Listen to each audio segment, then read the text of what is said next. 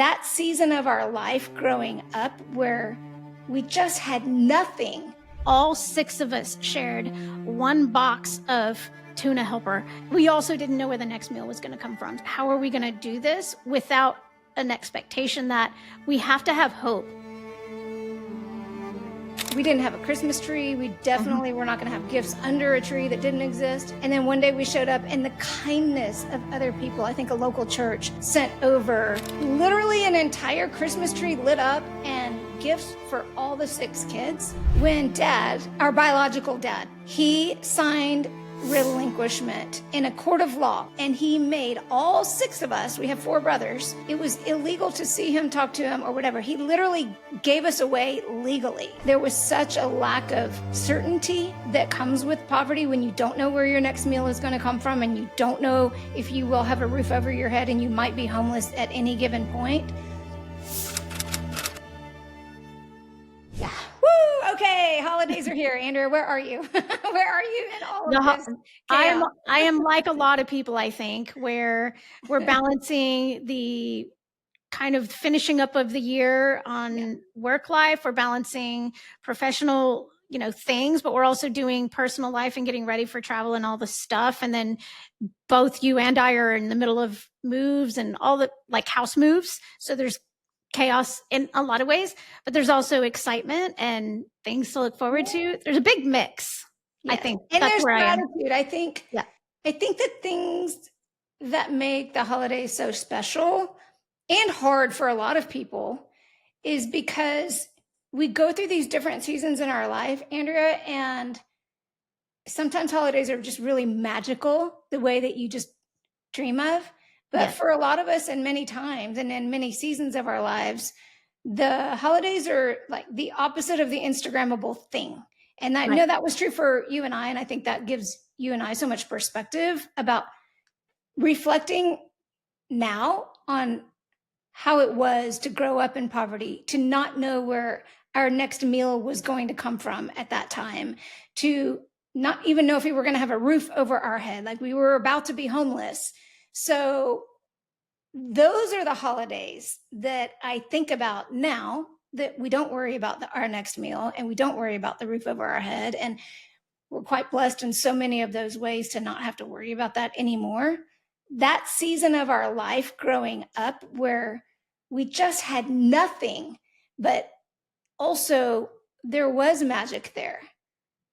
Well, there was. And I think that the magic came partly in the innocence of childhood, partly in the expectations of what holidays can and should be, and partly what can we self-created, because you and I are naturally optimistic and hopeful people, and we honed that in our lives even when there wasn't ease and there wasn't a smooth ride. But at the same time, I think it's also a skill that we've honed and developed as we got older and became more purposeful in shaping the lives that we wanted.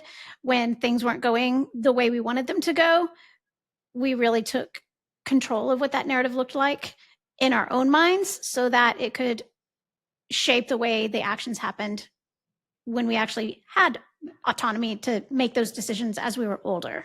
Do you think, like, when you look back on our childhood and all those years where we were so poor and living in such deep poverty, and do you look back on our childhood, especially in those holiday seasons, and think we made those moments as happy as we could because we had to? Or do you look at it from a different perspective of because we can now look back in a different lens? No, I think it was a coping mechanism. At least it was for me. I mean, I want to hear from you what you thought, because we all experience things differently. But for me, it was a coping mechanism because,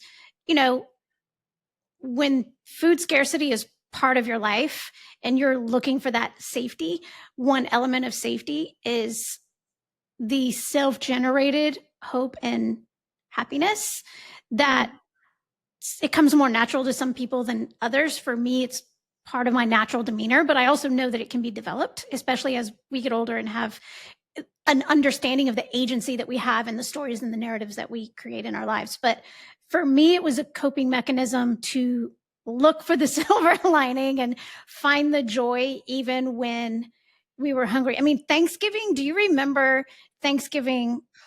There are 6 kids in the house, and Thanksgiving, we all 6 of us shared one box of tuna helper. And if you don't know what tuna helper is, it's a box of food that you kind of, it's a processed food where it's got like pasta and meat in it, and you mix it with milk and butter, and that's the meal. And that was our Thanksgiving that year. That was our feast. And and we were so excited about it.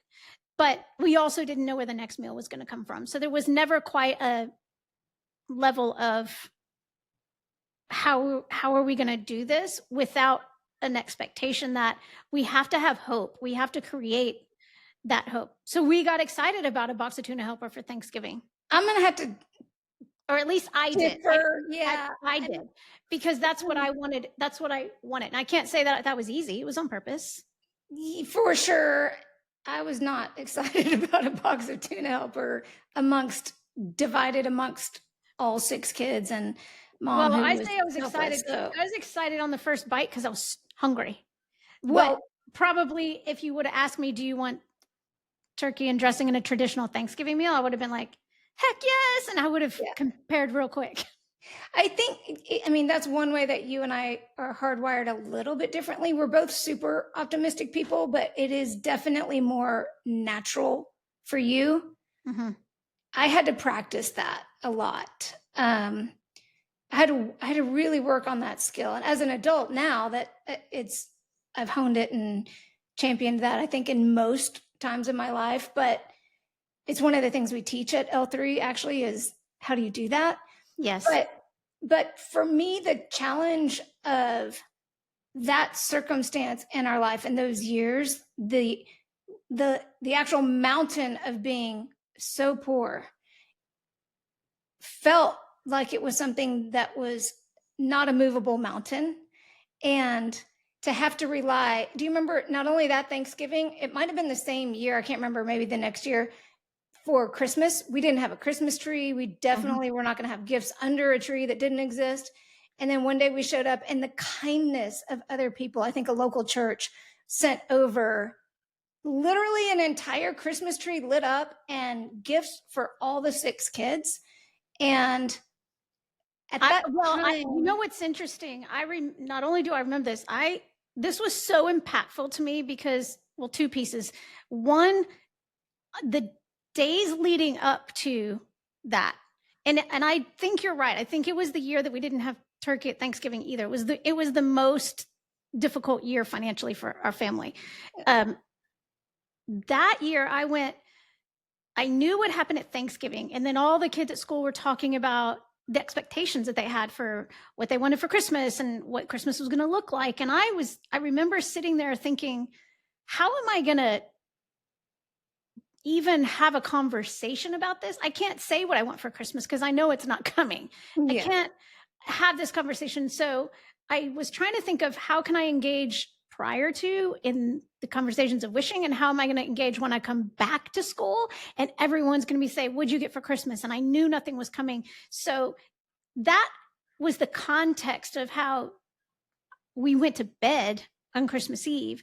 And then the next day when we woke up and it was so different out of the kindness of people's hearts, that changed me to the core. Oh, yes. I will never forget what that felt like, that total strangers took the effort and the energy and the time and the thought and the money and the resources to put what they put under, not only gave us the tree, but put stuff under it. I remember exactly what we got. I remember the shirts. I remember the pants. I remember we got a bicycle to share, and I didn't care. It was like I was so happy to have a bicycle. We got a boom box, like a jam box. I remember it was when fluorescent clothes were in style, and so I got a fluorescent outfit and had like fluorescent suspenders. Bottom line is, people took time and energy and resources out of their lives to impact us, to make our day better, when we didn't have the capacity or the ability to impact ourselves. Someone did it for us. And I will never in my lifetime forget that people were willing to do that for us. I think about that too. And I also think about those people who figured out, hey, there's this single mom with 6 kids. who are, struggling in this way, and we want to give to them. I think about what were their stories, and we don't know who they are, but I think about what were their stories and what brought them to a place where they were able to do and offer the kindness that they did. And I just, looking back now, I think that's a big part of why the Legacy Way literally has being kind as a core ethos of what we do, not just professionally as we built Legacy, but in our own life. Yeah, I want to back up because not everyone here, this might be your first time hearing the podcast. So when Aly talks about the Legacy Way, I want to clarify what you mean by the Legacy Way, because not everyone on the podcast today, maybe this is your first time visiting, knows what that looks like. So Legacy Cheer and Dance is the company that Aly and I own together, a cheerleading competition company in the United Kingdom. The Legacy Way are the 10 core values that have driven how we built not only Legacy, but the lives and the leaders that we've impacted along the way. So now go back to Aly talking about the Legacy Way and what that looks like for you. Well, all I wanted to say was that it feels like kindness was so powerful in that moment. And there was a reason that that kindness exists. And not one single person who took part in sharing Christmas or whatever it was and being kind to any of us at any point in our lives, not one of those people has not had their own struggles in their own lives. And the poverty that we were going through at the time felt like this insurmountable mountain. It felt like we were never going to get past that challenge, but we did. And there are specific things we did in order to do that. So we can talk about that in a minute, but it's true, I think, for all of us in whatever the challenge is. And it might not be, I'm growing up in poverty and I wish I had money. It might be any number. I wish, gosh, I didn't get that job that I wanted. Goodness, I didn't get, the boyfriend dumped me or the girlfriend dumped me, or there's so many different scenarios that it's not a contest or a comparison or a measure of anything. It just is. I want to look at, how do you take the challenges in your life, the mountains in your life, and understand that you are not your circumstances. I think the key thing to remember here is that as humans, we regularly and habitually underestimate the level of greatness, not only that we're capable of, but that we deserve and desire for our own lives and for the lives of those around us. And the conversation of how do we not just overcome circumstances, or how do we not fall victim to our circumstances, always has to be grounded in an actual process of how we purposefully address that. And obviously the first step to that is recognizing that it's there and figuring out, okay, there's circumstances in my life, like you said, I didn't get the job, or the marriage didn't work out, or the financial situation isn't what I want it to be, or my health situation isn't what I want it to be. All of these things are challenges and obstacles in our lives. But we can't let that be the stopping point. That has to be the starting point of, what meaning am I going to assign to this? What can I learn from this? Why is this situation present in my life? And what does that look like going forward? I mean, you and I living in poverty could have defined us if we let it. If we were the victims of poverty, for sure. Which and there's real victims. So I think this is in this world we overuse the word victim a lot, and I think we have to be careful, because in life there are true, real victims. There are real situations where people are real victims, but not every use of the word in real life or on the internet in particular is a true victim thing. At some point in situations in life, we get to leverage, what does this circumstance look like to me, and how can I learn from it? How can I grow from it? Who can I be because of it? And how can I impact someone else because of how I dealt with it? Yeah, I think, Andrea, to your point, and that really is step one of how do you overcome this challenge and not be what your circumstances say you are. I think you just have to recognize that, consider, maybe, possibly, likely, that whole heavy, negative, repetitive cycle pattern of the story that you're telling in your head about the real circumstance, which is real, but the story you're telling about that circumstance is probably not even true. So, here's the perfect. Maybe it's not true completely. Maybe there's pieces that are true. Maybe it's Yes. amplified because you keep repeating the story in your mind and it just keeps growing automatically like a weed. Yes. So we're not, Aly and I are not assigning a meaning to your challenge right now, but you get to assign a meaning to your challenge. Yes. And I'll give you a perfect example. When Dad, our biological dad, by the way. So actually, we have never talked about this. So you guys will, new news. When our dad, our biological dad, we have a stepdad now, he's amazing. But when our biological dad hit the road, I'll put it to you that way for now, just to keep the story short, he signed relinquishment in a court of law, which means he went to court, went out of his way to sign his children away. And he made all 6 of us, we have 4 brothers, our biological dad, it made it all 6 of us. It was illegal to see him, talk to him, or whatever. He literally gave us away legally and wanted nothing to do with us and made it against the law for us to have anything to do with him. Now, but I want to give context to that. That was when we were in late junior high or early high school. So we were in a very formidable age where acceptance was really important. And this wasn't when we were little and didn't understand. But I want to point out how important it is to take a circumstance, which that is what it was, that is physically what was happening, and take responsibility for the meaning of that circumstance, because we very easily, especially at that age, could have said, oh my gosh, if our dad doesn't love us, who will? We're totally unlovable. Nobody's going to like we could have told all kinds of stories in our head and made this complete narrative about how we caused it, or we're not lovable people, or all of that stuff. However, it is so important that we take responsibilities to be able to say, you know what?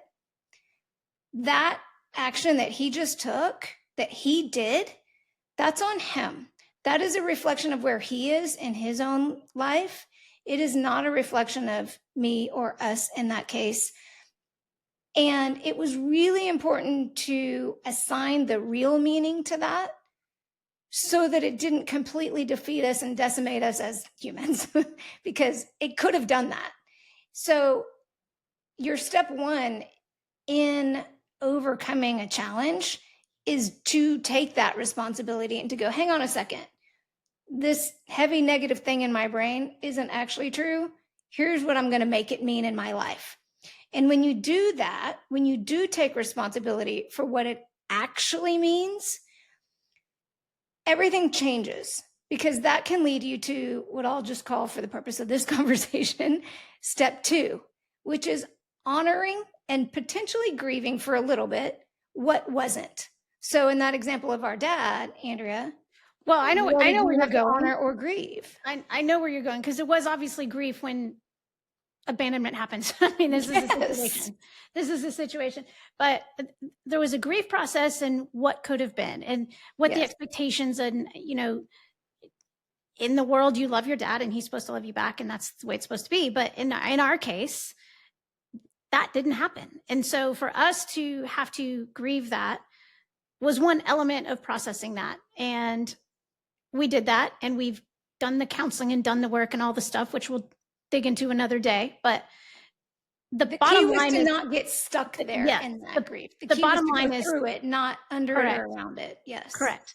Well, and I think we used other tools as well, because as all of this was happening, that abandonment was happening, but at the same time, our stepdad came into the picture, who actually chose us under extremely difficult circumstances, loves us deeply. He's the king. And he is the most amazing, and he's earned the title of dad. So he has been dad to us, even though we didn't get him in our lives until much later in our lives. So we were junior high school. He is dad and always will be dad for us, Yeah. because he's not only rightfully earned it, but he continues that role in our lives, and he's a wonderful mentor to us to this day. Yeah. And so if you're talking about what it looks like to grieve a loss or a grieve of what could have been, or also finding tools and other things in life, finding that optimism and hope, finding the good to kind of stockpile what it looks like in our heart as we grieve, so that because we don't want to get stuck. And I can see how it'd be easily stuck. And I think I'm a huge proponent of talking to the professionals. Aly and I are not trained therapists, but we have lived a life. And so we're going to talk about what it was like to live our lives. But we also advocate talking to the professionals when that's necessary. At the same time, grief happens, you have to look for the ways to get out of it, because you can't stay there.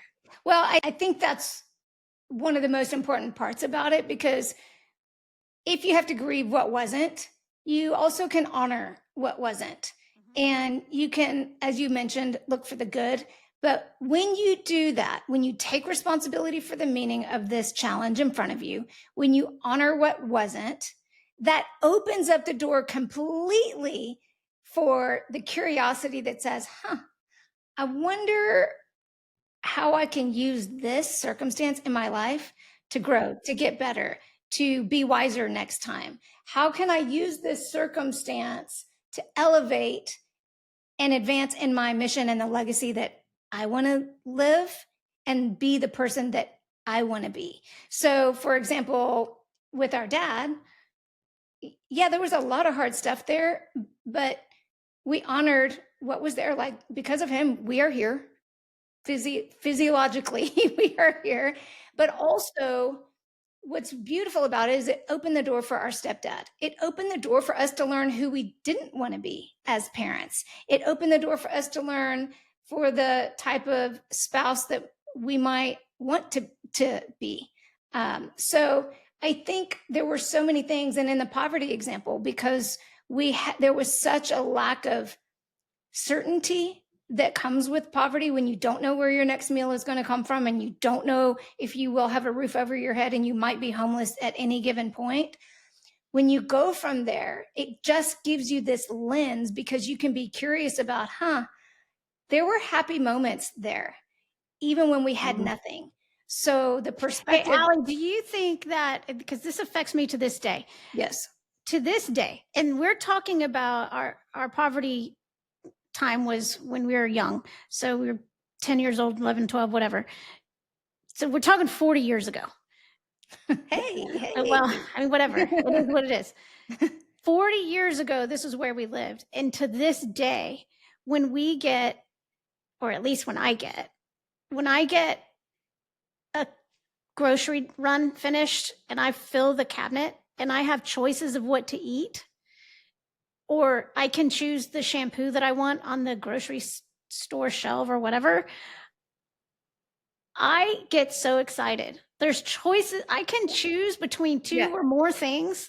I will never get over that, and how happy that it just makes me happy to have a pantry full of food, because it doesn't even have to be full. It can be half full, and I'm excited. I get it. So it doesn't go away. Do you get that? Do you get that feeling? 100%. I do. And that gratitude doesn't go away. I mean, that's what we were talking about at the front of the episode. Like, when these holidays come up, there has never been a turkey feast of a Thanksgiving or gifts under the tree where I don't think a lot about those moments when what that we lived through. It's just, and even when we're doing that for others now, because obviously we are in a different chapter of life, so we're able to do the angel tree opportunities and create those things for others when we have the opportunity. But all of those things reflect back on something that was really painful, but also now it's so happy. I'll never forget how happy I was that day, and how surprised and honored I felt, and how now we're able to do that for someone else. That feels amazing. Hey, if you love this episode of the L3 podcast, share it with your friends. And don't forget to like and subscribe on YouTube or wherever you watch your podcasts. Yes. And To your point, Andrew, yes, there were so many moments in our lives growing up that were so painful, but I don't have a memory of them being painful as much because the gratitude I have for what I learned from that and how it shaped me as a person now, as a friend now, as an entrepreneur now, as a wife, as a mom, all of that hard stuff we went through when we didn't know and there was so much uncertainty Yes. in all of that, that shaped me so much that I'm so grateful because the grit that came out of that is what shaped us now. Yeah, Had we well, you grown and I up and things responded been similar in that way because we both, you mentioned the word grit and kind of that drive to get ourselves out of that situation. Because when we wanted to be cheerleaders, it was going to cost money. You had to pay money to go to cheerleading camp and buy money that uniforms we and didn't all. have at that time? We didn't have that. Like, we were lucky to get a box of macaroni. So for us, you and I, we just went and got CPR certified so we can learn to babysit, or in England, they call it childminding. But we wanted to do whatever we had to do. And we just worked with the neighbors down the street, and our mom would kind of supervise to the degree that was necessary. But we started babysitting quite young so that we could earn our way and direct the capacity that we had. And maybe we weren't going to be successful in that, and maybe we were, but it ended up working out. We were going to do what we had to do because we wanted to be cheerleaders, and we didn't want to have to figure it out any other way. We just said, I think it okay, we're was poor, but we're going to do this. We're going to earn it. yeah, and I think that was the moment, the earliest moment from my memory that I remember realizing nobody is going to do this for you. Yes, And I if feel the this is same. That's how I important, felt. yes, if this is important to you, you're going to need to go claim it. You're going to need to Mhm. go do whatever it takes Well, to keep in make that mind happen. too, though, it wasn't, no one's coming because they didn't like us. Mom was No. working 3 jobs at that time, doing everything she could possibly do. There were no more Yes. hours left in the day. She was a single mom at the time, and she was burning the candle at both ends. She was a superhero every step of the way. Yes. So it wasn't us sitting in a sorrow for ourselves that no one's going to come help me. It wasn't at all that. It really Right. was, no one will come help you because it's not their job and not their responsibility. Mom's job was to feed us and take care of us, which she did to the nth degree. And it got taken care of every time. It got taken care of. Yeah. Even though we didn't know where it was going to come from, it always came. And And so maybe so much of the grit came from her because it did, I think. she's one of the most perseverant women I know. She is. And I can promise you, when we shared the box of tuna helper for Thanksgiving, she just didn't eat. So she just found a way. And therefore, we found a way. But even if you Yes. don't have that person directly in your life, I think, congratulations, you heard the podcast today that says you have some agency in your decision. And agency is a word that I would love to have our next generation learn more about, because agency is really, you have control, more control than you realize of the situation that you're in. Agency is so important, and it's a tool that you should never let anyone take away from you because of their own expectations or what the world says. The bottom line is you have agency in your own life and in the decisions that you're making and in the thought processes you're putting into what your challenges are and the meaning that you assign to those challenges. It can be something that can crush you, or it can be something that fuels you because you look into what's in it for me, and how can I learn from this, and how can I grow from this, and how can I impact myself and the people around me. You just asked an important question because as you are assigning meaning to whatever challenge and circumstance you're in, and then you honor what wasn't, and then you start going through the process of being curious. You just mentioned a question that said, what's in it for me? And Mhm. I will also challenge you to think and to ask yourself out of curiosity, what's in it because of me? What role did I play here? How can I grow? How could I have done something different? How could I have prepared for that test more? How could I have shown up in a better way that didn't destruct that relationship that I'm really struggling with right now? So whatever it is, I think the curiosity becomes very important, because that's your springboard for how do you launch into the best version of yourself because of that, not in spite of that challenge that just happened. And outside the innocence of our childhood, because that children are blameless. Let's be perfectly clear. Yes. At that level, especially where we were and what were the choices that our biological dad was making at that time, that was when we did live in pure innocence, and that's the case all around. But there is a coming of age. There is a time where you begin to understand and you begin to have agency and you begin to have a choice of how you assign the meanings and all of the things that Aly was just talking about. To your point, Andrea, there is a coming of age, and it brings me to the most important thing in overcoming challenges, which is you have to take action. You can 100% assign a great meaning and conquer the narrative and make sure you're telling yourself the right story. You can pray about things, which we love. You can honor and grieve. You can go through all the therapy you want. You can watch all the podcasts you want. You can do all of those things and get curious and ask a lot of questions. But if you don't actually physically turn this into a verb, that challenge would have not served anything for you or for the next generation behind you. So what is it that you will physically do or no longer do? What is it that you will physically tolerate or no longer tolerate to honor what you've just learned within this challenge and the legacy that you want to leave? And there's a magical way to do that. Here's the magical way. It's one question. We ask this question throughout the entire L3 method of leadership that we teach in our mentorship programs. And here's the question. At any given moment, you can ask this, but especially ask this magic question in conflict or in crisis in your life. But frankly, every night before you go to bed, and here it is.